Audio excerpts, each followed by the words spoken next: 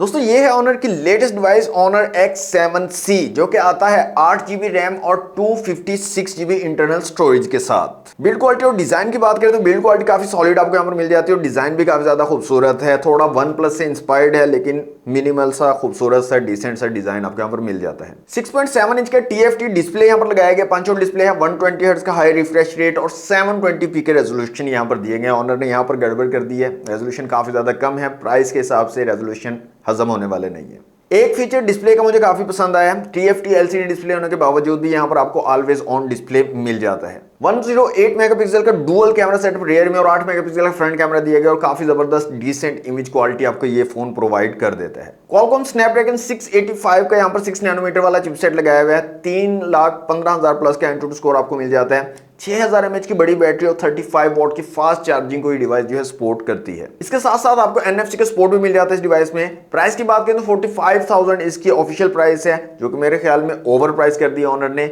आप लोगों के ख्याल में इसकी प्राइस क्या होनी चाहिए थी? कमेंट बॉक्स में मुझे जरूर बताइएगा और अनबॉक्स बावली को फॉलो करना मत भूलिएगा।